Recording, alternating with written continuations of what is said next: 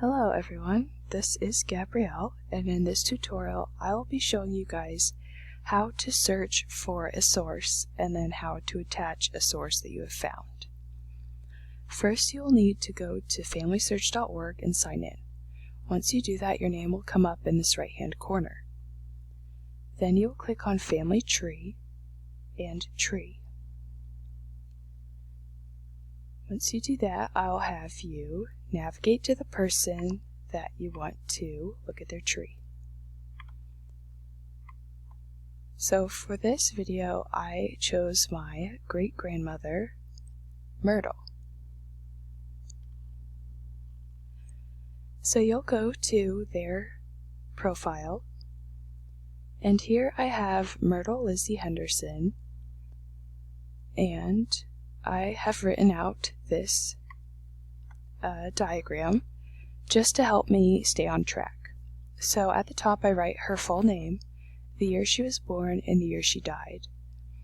And then if you saw my other tutorial, then you've seen this template before, but this is all of the records that she should be on. And then if I scroll down, these are the other records she might have. So for the sake of this video, here I know that she should have a birth certificate, so I will go back to Family Search and click on Sources. So here are the sources that prove that my great-grandmother Myrtle is a real person. These are attached from Family Search, some family members, distant cousins, distant relatives. So here I can see that she has the 1910 census and the 1920 census, but I don't see the 1930 census here. And we know that she was alive in 1930. So here I have the 1910 and the 1920, so I'm going to change the color just so I know I already have those. So here we're going to look for the 1930 census because that's the next record that she should be on. So we'll go back to Family Search and click on Details. So make sure you're under the person that you want to look for. So over here on the right side, it says Search Records. So this is when we are looking for a record, where do we go? So I always use Ancestry. Ancestry has millions of records that are from all over the world. Find My Past and My Heritage have specialty countries, so I believe that My Heritage specializes in English records, and then Find My Past I believe is Ireland, Scotland, and Wales. So I always default to Ancestry because they have such a broad spectrum of records. So here I'll click on Ancestry. So it just searched Ancestry's website for anybody named Myrtle Lizzie Henderson, which is my ancestor's name. Over here on the left, it has search filters. So I can move this from broad to exact. I know this is her name. But as I do that, it really narrows your records down. So I would be very cautious when you're doing this, not to move it all the way to exact, because computers don't understand human error as well as we do. So if Lizzie is spelled L-I-Z-Z-Y, it will automatically take out anybody that has the spelling like this, even though it might be our person. So I would leave them on broad as often as you can. However, you can move them within a little bit of a range, but as you do this, you will see that your results will change from really, really big to really small. So just for the sake of this video, I will show you guys. So I moved it from from broad to expect, and then I'll click Update. So it narrowed it down to 189 records, which is great. However, this may or may not be my person. So I'm going to go ahead and move it back and click Update.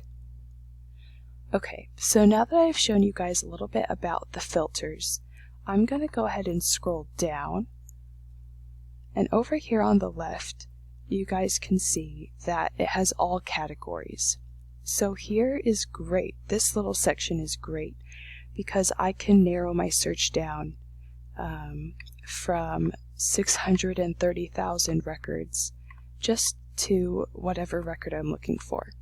So here I can search birth, marriage, and death. I can do census and voters, dictionaries, encyclopedias, and reference. So I'm looking for the 1930 census. So here I'll click, and it searches all of their census records. It says up here at the top for Myrtle Lizzie Henderson. Great. And then I'm going to narrow it down even further just to the 1930s. Okay, so now I'm going to look at the results. So you might have to scroll a lot. I have 73,000 records I could look through. But you have to keep in mind that looking on the internet is so much easier than it is to drive across the country or even around the world to find a single record. You know, I might have to travel all the way to Kentucky to look at this record if that was 50 years ago, but now I can look through so many records all at once. So you might have to do a lot of scrolling, but that's okay compared to hours and hours of driving. So here it says the 1930 census, and it has my person's name, and I know she was born in Kentucky. So I'm going to go ahead and click on this. On the record, it pulls up the image of the record where you can view it. However, sometimes the images aren't available, but this one is, as I can click view. However, I'm actually just going to look at the indexed record.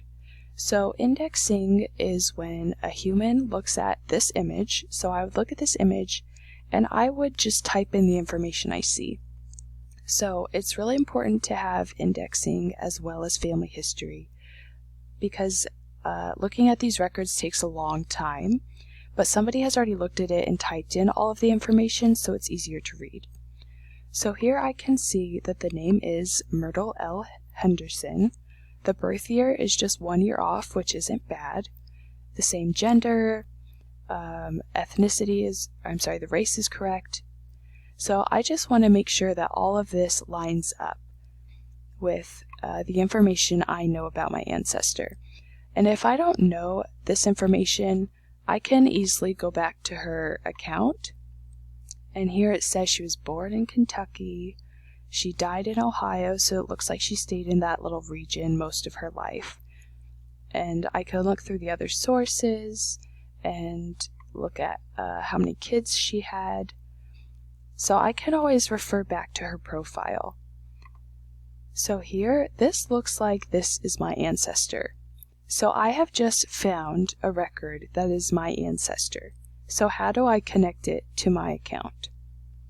So first I will have you go back to Family Search and then click on Sources, click Add Source, and then Add New Source. So I'm going to type in the year 1930 and make sure you always click on the option that it gives you. It's just a standardization process that they have. And then I will type in the source title, and the source title is whatever it says up here. So 1930 United States Federal Census. So I will go ahead and do that. As you can see, I've typed in 1930 United States Federal Census. And then on this box, I'm going to copy the URL. So I'll go back to the source, click up here, make sure it's blue. Then you will copy it, so you can do right-click on your keyboard or with your mouse and click copy. And then you'll go back over here, right-click again, and you'll do paste. Once you do that, you should see a whole jumble of letters and numbers, and that's how you know you've done it correctly.